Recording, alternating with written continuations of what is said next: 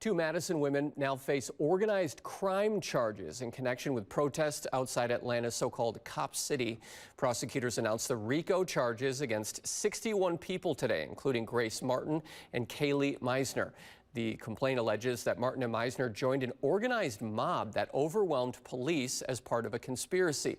They were already charged with domestic terrorism. Opponents of the public safety training facility fear it will lead to militarization of police and that its construction will cause environmental damage in a majority black area of Atlanta.